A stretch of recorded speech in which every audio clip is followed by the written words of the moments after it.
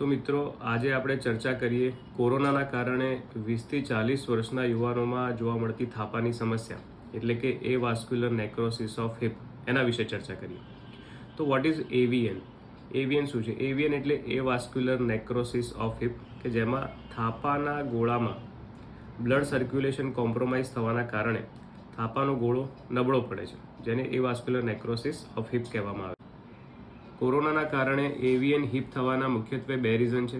પહેલું રીઝન કે કોરોનામાં આપણા શરીરમાં બ્લડ ક્લોટ્સ થાય છે. એ ક્લોટ્સ થાપાના ગોળાની રક્તવાહિનીઓમાં ડિપોઝિટ થાય છે, જેના કારણે થાપાના ગોળાનું બ્લડ સર્ક્યુલેશન કોમ્પ્રોમાઇઝ થાય છે. થાપાના ગોળાને પોષણ મળતું નથી અને થાપાનો ગોળો નેક્રોસ થાય છે. સેકન્ડ રીઝન કોરોનાની ટ્રીટમેન્ટમાં ઉપયોગમાં લેવાયેલી દવા, ખાસ કરીને સ્ટીરોઇડના કારણે પણ એવીએન જોવા મળે છે. તો વાત કરીએ હવે એના નિદાન અને સારવાર વિશે. તો એવીએનને મુખ્યત્વે 4 સ્ટેજમાં કેટેગરાઇઝ કરવામાં આવે છે, 1, 2, 3, 4. એમાં સ્ટેજ 1 અને 2માં એક્સરે બિલકુલ નોર્મલ આવે છે. સ્ટેજ 1 અને 2 માત્ર ને માત્ર એમઆરઆઈમાં જ પકડી શકાય છે. જ્યારે બીમારી સ્ટેજ 3 અને સ્ટેજ 4માં પહોંચે ત્યારે જ એક્સરેમાં દેખાય છે. સ્ટેજ 1 અને 2માં દર્દીઓને માત્ર મુખ્યત્વે 2 તકલીફ હોય છે. એક તો ચાલવામાં થાપાના આગળના ભાગમાં દુખાવો અને સેકન્ડ કે પલાઠી વાળવામાં તકલીફ.